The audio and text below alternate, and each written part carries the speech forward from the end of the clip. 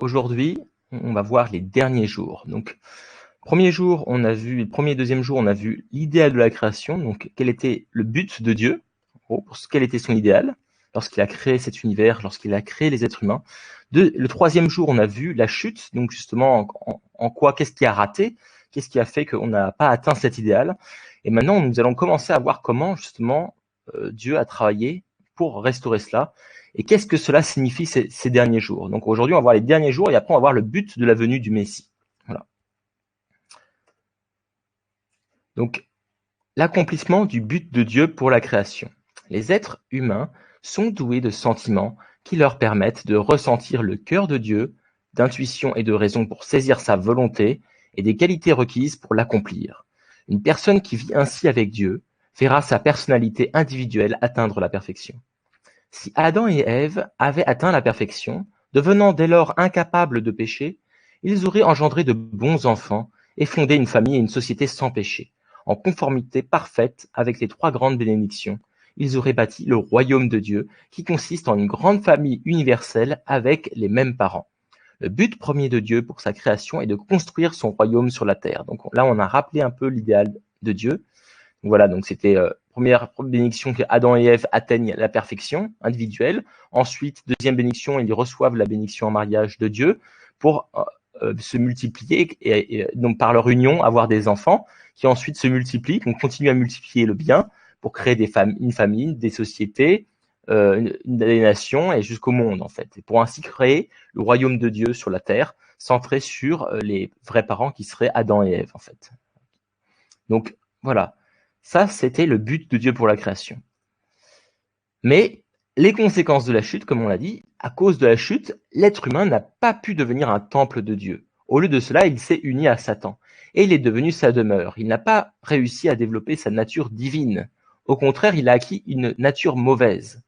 Les êtres humains, ayant une nature mauvaise, ont propagé le mal par leurs enfants, constituant des familles mauvaises, des sociétés mauvaises et un monde mauvais. C'est l'enfer sur la terre dans lequel nous avons vécu.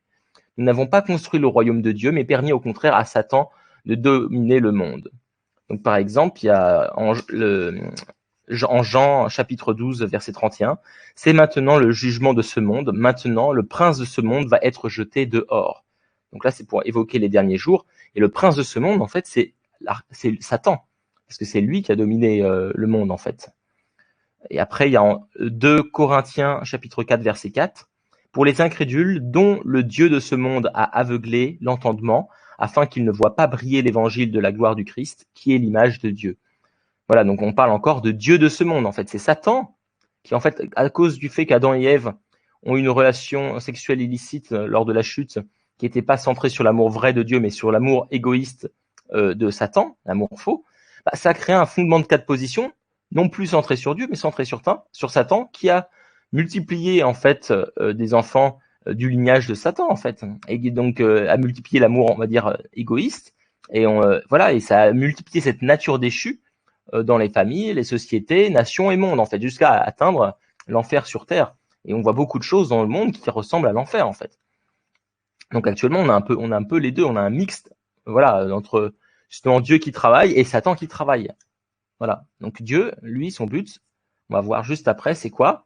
C'est voilà, la providence du salut. Donc si ce monde de péché devait rester éternellement dans cet état, alors Dieu serait un Dieu impuissant, incapable de réaliser l'idéal de sa création. Aussi, Dieu va-t-il sauver à tout prix ce monde de péché? Sauver une personne qui souffre sous le joug du péché, c'est la restaurer à son état originel sans péché. En d'autres termes, l'œuvre de Dieu pour le salut, c'est la providence de la restauration. L'histoire peut être vue comme l'histoire de la providence par laquelle Dieu s'est efforcé de sauver les êtres humains déchus et d'œuvrer à travers eux pour restaurer le monde originel de bonté. Donc voilà, ça c'était l'idéal de Dieu ici, donc avec les fondements de 4 positions centrés sur Dieu. À cause de la chute, on est tombé sur un fondement de 4 positions centré sur Satan, donc qui a créé l'enfer sur la terre. Et le but de Dieu, bah il est toujours le même. Son but est immuable, éternel, c'est de rétablir toujours son idéal de la création. Il n'a pas changé d'avis, hein. Et donc le but, c'est de restaurer tous ses enfants vers cet idéal, de sauver tous ses enfants pour éliminer cette nature déchue qui est en nous, pour ramener la nature originelle, donc notre nature divine en fait. Donc, Quelle est donc la signification des derniers jours? Les derniers jours sont le temps où le monde du mal, sous la domination de Satan, se transforme en un monde idéal sous la souveraineté de Dieu. Le Messie vient en ce temps de transition historique. L'enfer sur la terre se transformera en royaume de Dieu sur la terre. Ce ne sera donc pas un jour de crainte au cours duquel le monde sera détruit par des cataclysmes, comme beaucoup de chrétiens l'ont cru. En fait, ce sera un jour de joie, lorsque l'espoir de l'humanité, son désir immémorial se réalisera. Donc voilà, en fait, ça c'est l'explication donnée par le révérend Sun Moon à travers le principe divin, et donc qu'il a eu comme révélation de Dieu. En fait, l'histoire du péché, elle a toujours dominé en fait. Et justement, la période de transition, c'est lorsque l'histoire de la bonté commence, la bonté dans le monde arrive à un niveau équivalent de la nature déchue, on va dire, quand c'est à égalité, là, le Messie peut arriver. Là, l'environnement est propice pour que le Messie arrive. Parce qu'il faut bien comprendre que, et en fait, après, justement, cette période de transition, c'est les derniers jours, et après, voilà, ça augmente, et après, la bonté va augmenter jusqu'à, bien sûr, dépasser le mal, et ensuite, voilà, il y aura le royaume de Dieu qui viendra. Donc, c'est une période de transition. Et on voit bien que avant la chute de l'homme, donc la bonne influence de Dieu c'était la seule influence de Dieu. Il n'y avait qu'un seul maître, en fait. Adam, ils n'avaient qu'un seul maître. Mais après la chute de l'homme, l'influence perverse de Satan a prédominé. Et donc, on voit que là, en violet, ça correspond justement à l'influence de Satan qui était beaucoup plus importante qu'à l'influence de Dieu. Et toute l'histoire de la restauration visait justement à renverser cette situation, justement à faire en sorte que grâce aux religions, Dieu a essayé d'inspirer justement les gens à se reconnecter à lui pour que justement l'influence de Dieu revienne. Et donc on voit qu'au dernier jour, justement, c'est au moment de transition où il y a au moins peut-être à peu près la moitié de notre nature, on va dire, de manière globale, notre nature originelle qui a été restaurée. Et donc, où justement, là, la bataille peut être gagnée, parce que c'est une bataille en quelque sorte entre Dieu et Satan, entre deux maîtres, sur les êtres humains. Et donc, bien sûr, si on envoie le Messie, en quelque sorte, c'est le sauveur de Dieu, c'est celui, les personnes qui pourra apporter justement ce royaume de Dieu, c'est la personne clé. Si il l'envoie alors que le mal domine, bah, bien sûr, il va se faire tuer, en fait. Cette personne va se faire tuer. Ce sera pas possible. Donc, dire, si le Messie pouvait être envoyé tout de suite pour sauver l'humanité, il l'aurait envoyé juste après la chute, mais il l'a pas fait parce que c'était pas le moment propice. Donc, le moment propice, c'est quand justement les forces du bien et les forces du mal sont à peu près équilibrées, où là, ça peut être possible que le Messie puisse sauver l'humanité et que l'humanité puisse la suivre. Au moins la moitié de l'humanité puisse les suivre, en fait. Voilà.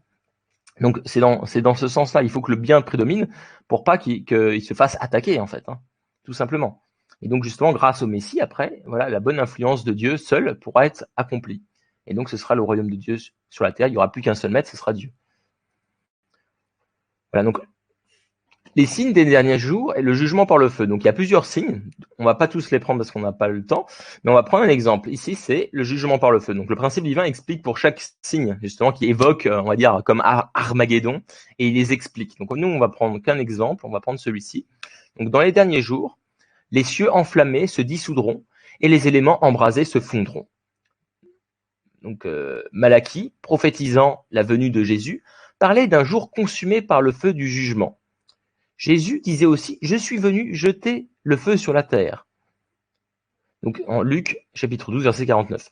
Néanmoins, on ne trouve aucune trace qu'en son temps Jésus ait jugé le monde avec un feu littéral. Il est écrit « Ma parole n'est-elle pas comme un feu ?» Jean Jérémie chapitre 23 verset 29. Aussi, le jugement par le feu représente-t-il le jugement par la parole de Dieu? En fait, on voit que rien que les derniers jours, beaucoup de gens, quand ils interprètent de manière littérale, en fait, bah voilà, ça va être Armageddon, tout va être détruit. Mais en fait, c'est comme la chute, c'est pas quelque chose de littéral, c'est quelque chose de symbolique. Et donc ici, la parole de feu, en fait, c'est pas Jésus n'a pas commencé à flamber, c'était pas un pyromane, il n'a pas commencé à mettre le feu partout, en fait, à son époque. En fait, c'est le jugement par le feu. Ma parole n'est-elle pas comme un feu? Donc c'est parce que on se sent jugé de l'intérieur, parce que Jésus parlait avec la parole divine, avec la parole de Dieu, qui faisait la séparation du bien et du mal en nous-mêmes. Et quand les gens se sentaient visés par le mal, en fait, ils se sentaient jugés, parce que c'était leur nature déchue, en fait. Et donc ça leur fait un feu intérieur. Et donc, c'était ça, en fait, le jugement par le feu. C'était son auto-jugement en écoutant la parole de Dieu, de Jésus, pardon.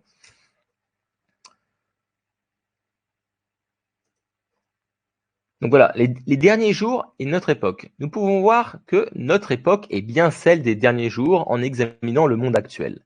Notre constat témoigne de la restauration des 3 grandes bénédictions que Dieu a prévues dans sa providence de la restauration. Comme Jésus le souligna, du figuier apprenez cette parabole. Dès que sa ramure devient flexible et que ses feuilles poussent, vous comprenez que l'été est proche. Ainsi, vous, lorsque vous verrez tout cela, comprenez qu'il est proche aux portes. Donc justement que le Messie du second avènement, donc son retour, il est proche en fait.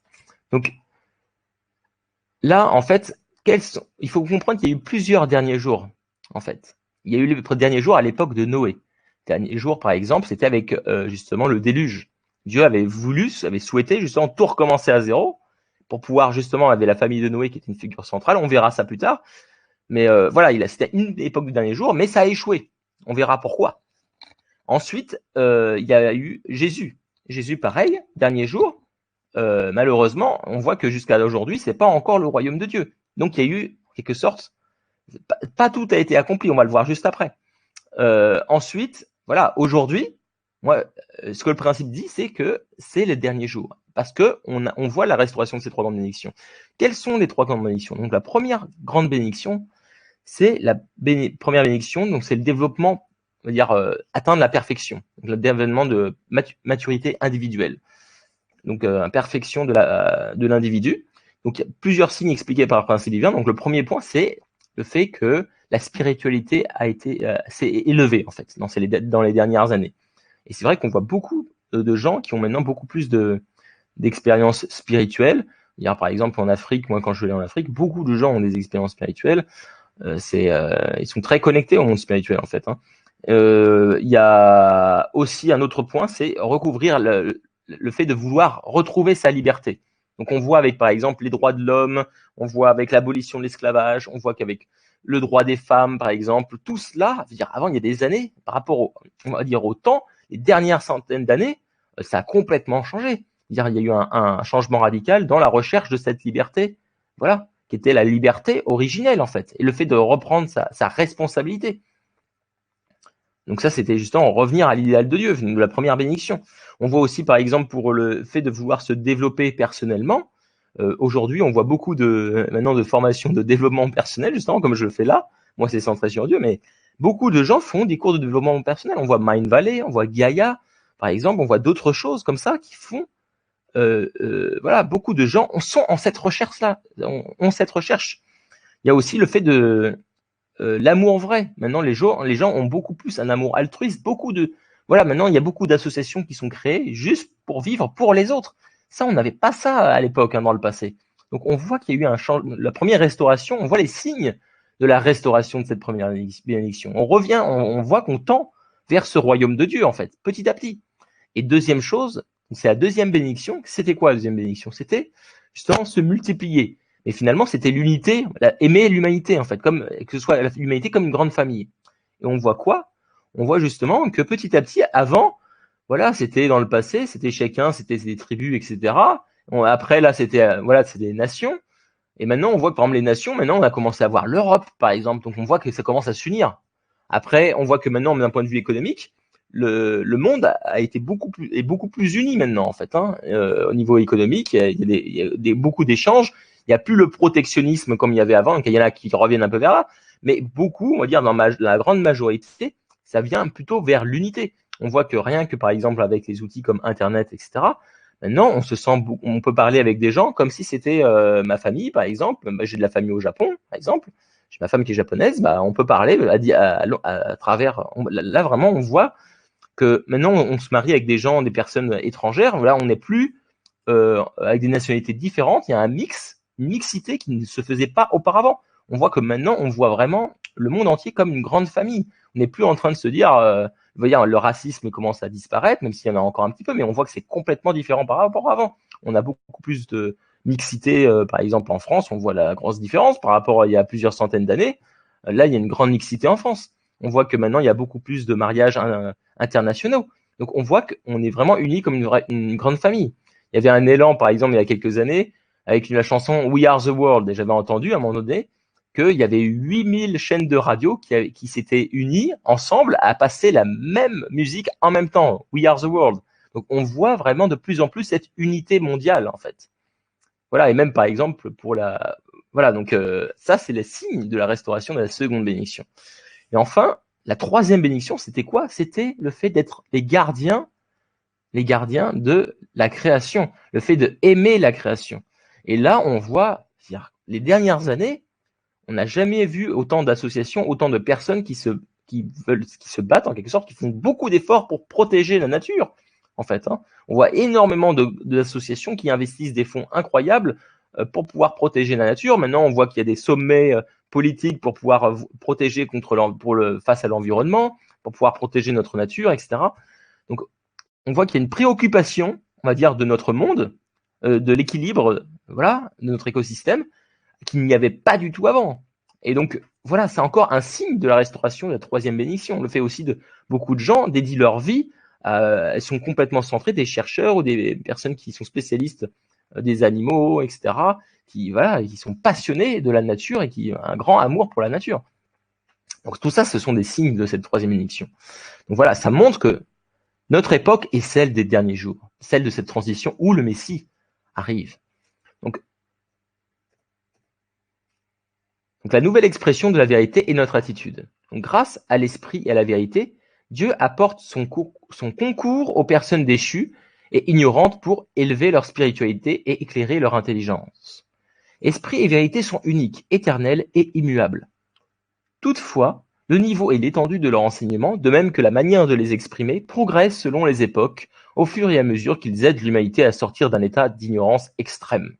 Pour que les intellectuels de notre époque soient illuminés par la vérité, il faut qu'apparaisse un autre texte d'un contenu plus élevé et plus riche dont le mode d'expression soit plus scientifique. Nous appelons cela la nouvelle vérité. Nous vivons actuellement dans les derniers jours. Nous devrions cultiver l'humilité du cœur et faire tous les efforts possibles pour recevoir une inspiration divine par la prière. Nous ne devrions pas nous attacher trop fortement à des concepts conventionnels, mais plutôt chercher la nouvelle vérité, capable de nous guider vers la providence de la nouvelle ère. Donc il y avait juste un point que j'ai oublié de vous dire pour la troisième bénédiction. Là, j'avais parlé beaucoup du fait d'être gardien de la nature, mais j'avais oublié de parler du fait d'être co-créateur avec Dieu, d'être créateur. Et on voit que dans les dernières années, on a créé, il y a l'effort scientifique, le développement scientifique, le fait d'être capable, de créer des avions, des transports, des trains, la voiture, tout ça dans les centaines de dernières années. On voit qu'on fait maintenant des fusées pour aller dans l'espace, des satellites. C'est quelque chose de... Jamais quelqu'un, il y a 300 ans, aurait pu penser le boom, on va dire, technologique qu'on aurait fait actuellement. Là, ça montre aussi un développement énorme d'un point de vue où on a hérité la nature créatrice de Dieu, en fait. Hein. Donc ça, c'est encore un signe de la troisième bénédiction. Et donc là, on voit que le développement de la spiritualité et de l'intelligence, là, justement, il y a eu un pic vers les derniers jours, une progression encore plus élevée, en fait. Et donc cette nouvelle vérité, là, c'est ce principe divin qui est apporté, donc que nous étudions actuellement. Et donc, justement, là, comme on verra par la suite, il faut plutôt essayer de chercher, l'attitude à avoir, c'est plutôt avoir le cœur ouvert, et essayer de chercher par la prière, de sentir la guidance de Dieu pour savoir si cette parole est la bonne. Moi, par exemple, au début, petit à petit, c'était plus le fait, est-ce que je sens que ça me fait du bien de lire cette parole, d'apprendre ces différentes informations, même si on peut pas tout croire forcément au départ. Est-ce que ça vous fait du bien d'entendre ce type de message, par exemple, Et donc après, si oui, continuez à étudier et vous allez voir que ça vous fait faire du bien. Donc, il y a une parabole que j'aime beaucoup, c'est celle des aveugles et de l'éléphant. Fable indienne issue du jaïnisme. Donc en fait, ces 6 hommes d'Inde, très enclins à parfaire leur connaissance, allèrent voir un éléphant, bien que tous fussent aveugles. Bien que chacun en l'observant puisse satisfaire sa curiosité, le premier s'approcha de l'éléphant et perdant pied, alla buter contre son flanc, large et robuste. Il s'exclama aussitôt « Mon Dieu, mais l'éléphant ressemble beaucoup à un mur !» Le second, palpant une défense, s'écriant « Oh, qu'est-ce que cet objet si rond, si lisse et si pointu !» Il ne fait aucun doute que cet éléphant extraordinaire ressemble beaucoup à une lance. Et les autres, c'est pareil. Le 6e commence à tout juste à tâter l'animal, la queue qui se balançait lui tomba dans la main. Je vois, dit-il, que l'éléphant ressemble beaucoup à une corde. Donc en fait, chacun est en train de toucher une partie différente de cet éléphant. Et chacun affirme d'une manière certaine, parce qu'ils ont touché, ils ont expérimenté. Dire, voilà, l'éléphant, il est comme ça.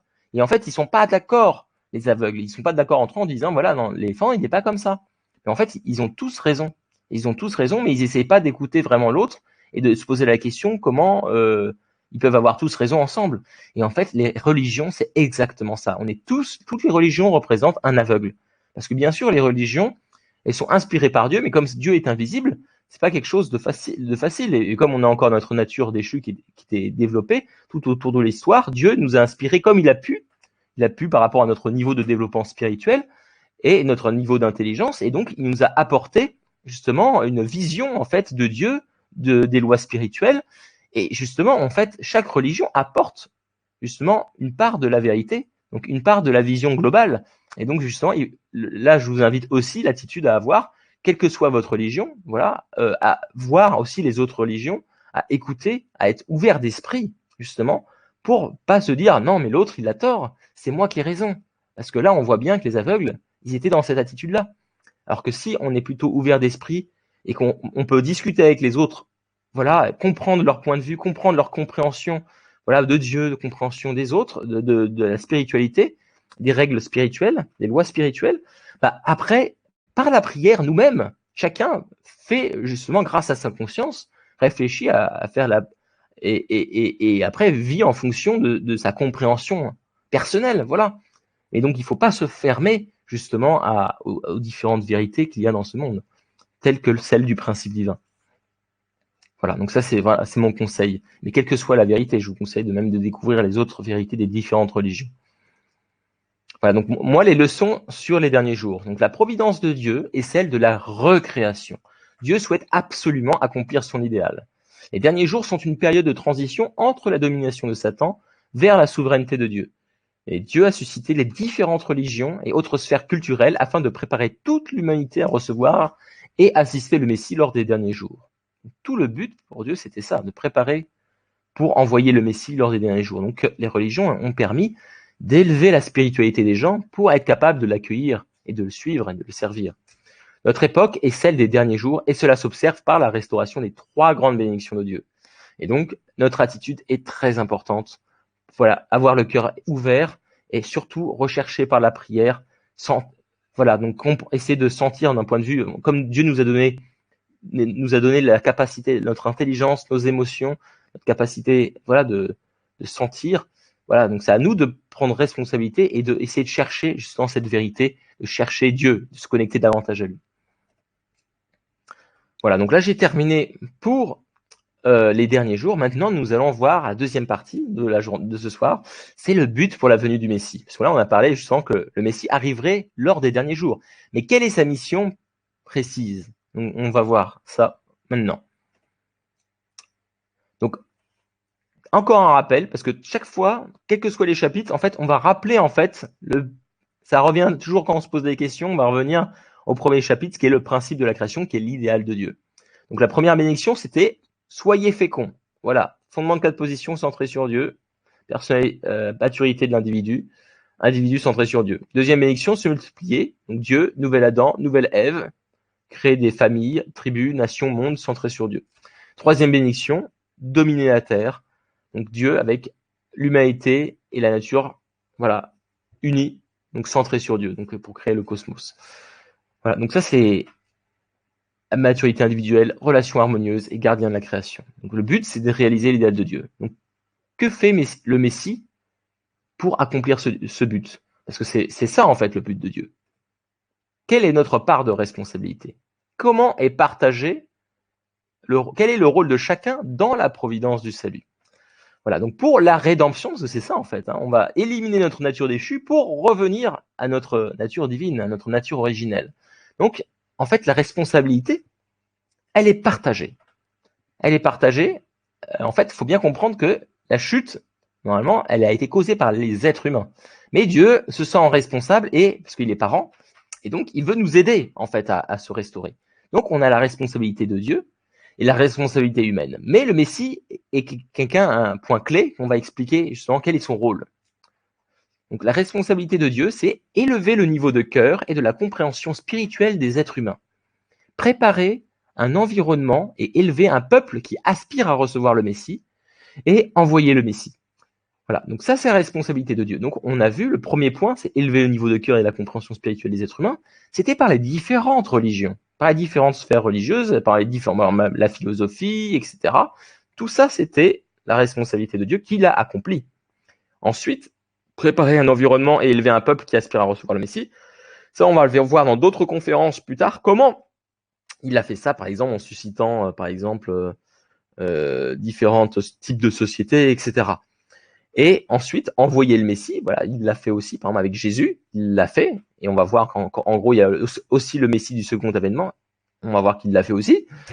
Donc, ensuite, deuxième point, c'est responsabilité du Messie. Donc, c'est ça ce qui nous intéresse là, c'est accomplir le but de la création de Dieu. Donc, ça va être le premier, en fait. C'est ça. Parce que lui, il va être, voilà, c'est le premier à accomplir le but de la création de Dieu, donc les 3 grandes bénédictions. Parce qu'on, voilà, donc mettre fin à la domination de Satan.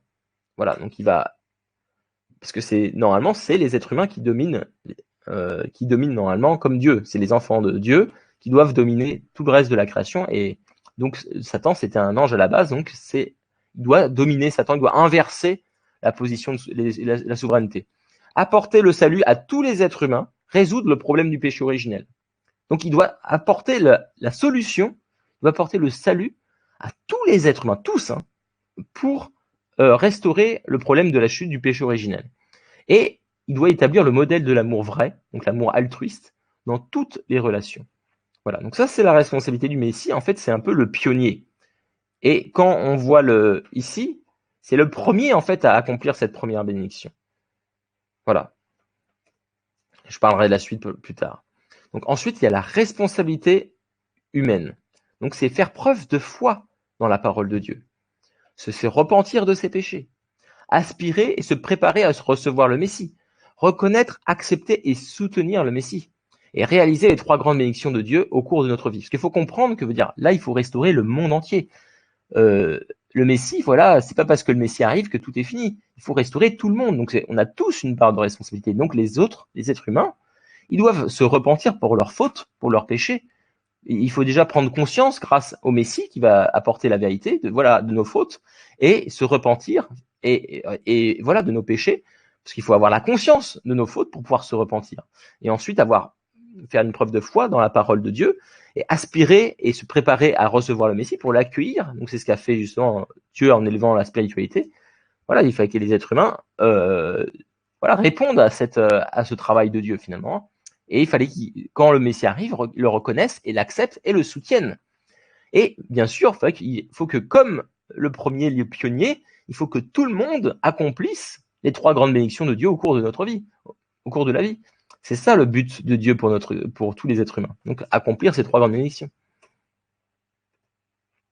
Donc la responsabilité de Dieu. Donc voilà, c'est comme j'ai dit, on voit que justement, pour l'arrivée de Jésus, le Messie, on voit que peu de temps avant, par exemple, Bouddha en moins 500 à peu près avant notre ère a été inspiré, Confucius en moins 500 avant notre ère, Malachie en moins 400 ans avant notre ère, Lao Tzu en moins 500 environ avant notre ère, et Socrate en moins 400 avant notre ère. On voit que toutes ces personnes, voilà, ont inspiré des peuples différents pour les élever leur spiritualité en fait. Hein. Et donc tout ça c'était des centaines d'années avant que le Messie arrive. Donc tout ça c'était une préparation de Dieu dans le monde entier pour préparer la venue du Messie, qui était Jésus. Et donc Jésus, il y avait les Israélites, Malachie spécialement, il y avait le peuple élu de Dieu qui a été préparé on le voit dans l'Ancien Testament, qui a été préparé pendant très longtemps, a été justement dans les 400 dernières années, grâce à Malachie, il y avait une attente messianique en fait qui a été créée. Et donc ils étaient vraiment en train d'être bien en train de se préparer pour le recevoir. Et ensuite, voilà, une fois qu'ils l'auraient bien reçu, si tous les peuples s'étaient unis en fait et avaient bien reçu le Messie, qu'est-ce qui serait passé ? Là justement, ils étaient près de Rome, voilà. Et justement, la Rome dominait à cette époque. C'était un pays qui était très puissant, qui était grand et qui avait développé des routes, voilà, justement, il y avait un grand développement à ce moment-là, un peu comme la troisième restauration la bénédiction de la restauration, la troisième bénédiction. Donc c'était les derniers jours.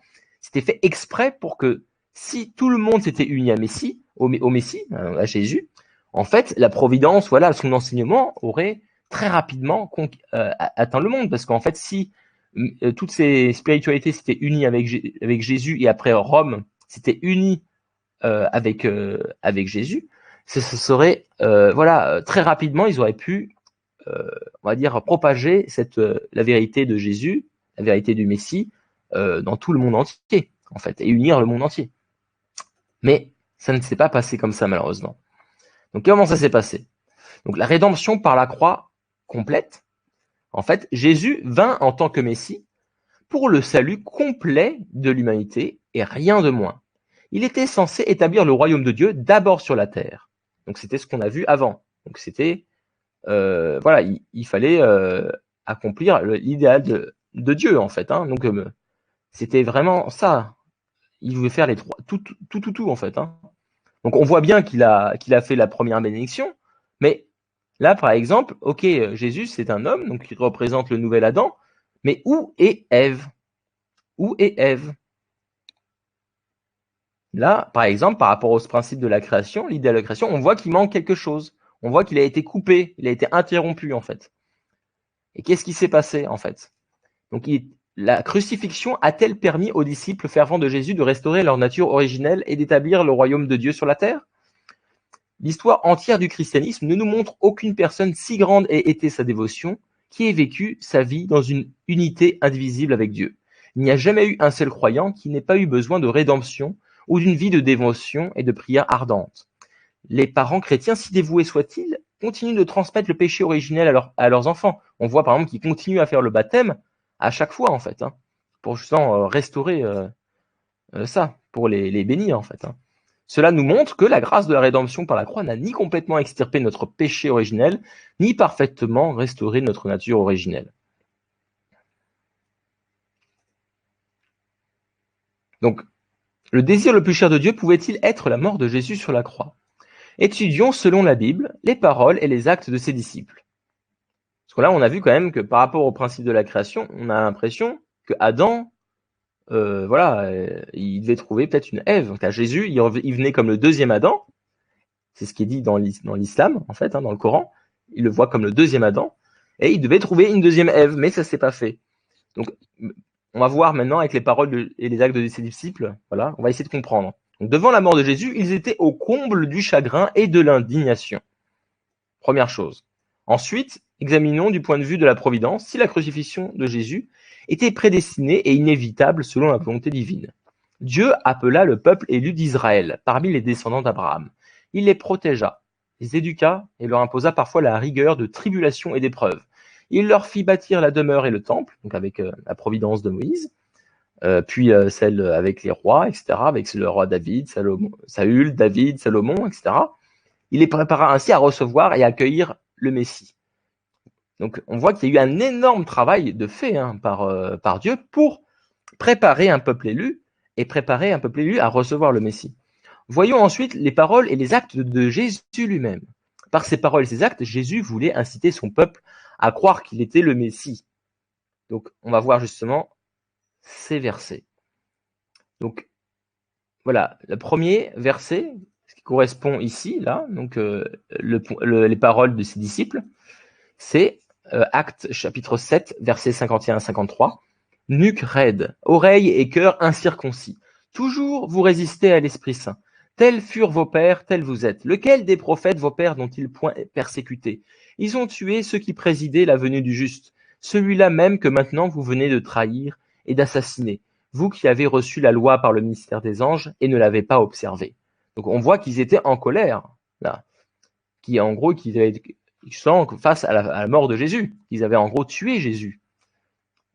Jean chapitre 6, verset 29, Jésus leur répondit, l'œuvre de Dieu, donc ça c'est Jésus, l'œuvre de Dieu c'est que vous croyez en celui qui l'a envoyé. C'est ce qu'il dit. Matthieu chapitre 23, verset 27, Jérusalem, Jérusalem, toi qui tues les prophètes.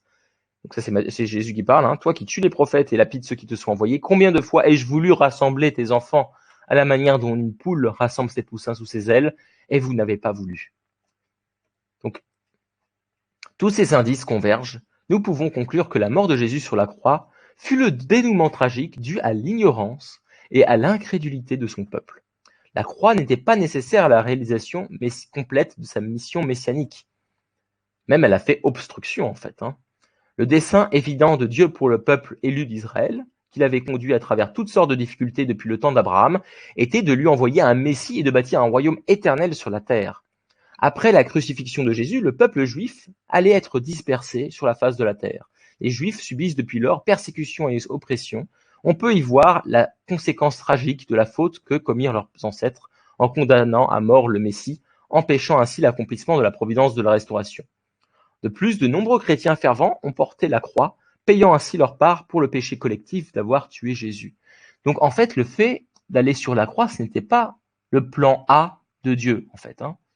Mais bien sûr, le christianisme a eu un essor énorme et beaucoup de gens ont vraiment senti que la crucifixion de Jésus a apporté vraiment un salut. Mais quelle est la portée de ce salut, en fait? En fait, c'est ça. C'est que il n'est pas total, on voit, parce que même Jésus lui-même dit, je dois revenir. Il a dit qu'il reviendrait parce que c'était pas total. Parce qu'en fait, le plan A, on disait, c'est qu'il devait apporter le salut complet à toute l'humanité. Mais à cause de l'ignorance et de l'incrédulité du peuple juif, qui n'ont pas suivi, en fait, à cause des pharisiens qui ont poussé Jésus à la crucifixion, il a accepté, ils sont passés à un plan B, en fait, où ils ont vu qu'il n'y avait plus de possibilités. On verra en détail, plus tard, on fera une autre conférence dédiée à Jésus, sur la providence de Jésus. En fait, il n'a pas eu d'autre choix que de suivre un plan B. Et en fait, il a commencé, justement, après, à changer de discours, on le verra. Et il a, par exemple, on voit très bien qu'au début, quand Jésus parlait, il disait, je suis venu pour accomplir le royaume de Dieu, en fait, hein. C'était ça au début, ces paroles. Et après, il a commencé à changer et il a dit que qu'il y aurait un Messie du second. Il a dit qu'il devrait revenir, en fait, hein. Il a dit qu'il devait aller se faire crucifier, il devrait souffrir. Voilà. Donc ça, au début, il parlait pas comme ça. Et c'est parce qu'à un moment donné, il a vu que c'était plus possible, en fait. Et donc c'est Dieu même et Jésus qui ont pris cette décision de dire voilà, il n'y a pas le choix. Maintenant, le seul moyen, pour différentes raisons spirituelles qu'on étudiera par la suite, pour différentes raisons, il n'y avait pas d'autre choix que Jésus de se sacrifier pour apporter un certain niveau de salut à toute l'humanité. Et donc c'est ce qu'il a fait. Donc il s'est sacrifié pour le salut de toute l'humanité. Mais malheureusement, c'était pas le plan A, donc c'était un plan B qui a apporté un certain niveau de salut, mais pas le salut complet. Donc, si Jésus n'avait pas été crucifié, il aurait pu apporter à la fois le salut spirituel et le salut physique, donc le salut complet. Parce qu'on a vu qu'il y avait une chute spirituelle et une chute physique. Donc la chute spirituelle, c'était relation sexuelle illicite entre l'archange et Lucifer et Ève, et la chute physique, c'était entre Ève et Adam. Or, le peuple l'accula à la crucifixion. Le corps de Jésus fut livré à la violence de Satan et fut détruit. Aussi, les chrétiens ne purent obtenir le salut physique. Jésus établit toutefois les conditions pour le salut spirituel en assurant par son sang versé sur la croix le fondement victorieux qui permit sa résurrection. Il en résulte que tous les croyants depuis sa résurrection bénéficient du salut spirituel. Ainsi, Jésus doit revenir sur terre pour accomplir l'œuvre du salut à la fois spirituellement et physiquement. Donc c'est ça en fait. Jésus, grâce à la crucifixion, il a apporté le salut spirituel. Et là, je ne m'en souviens plus de la phrase, mais il y a une citation de Saint Paul qui disait même si dans mon esprit, je me sens bien, mais je sens une force dans mes membres qui me lie à faire le péché, en fait, hein. Mais c'est parce que c'était justement, il a le salut spirituel, parce qu'il a reçu la renaissance de Jésus et du Saint-Esprit qu'on verra en détail plus tard.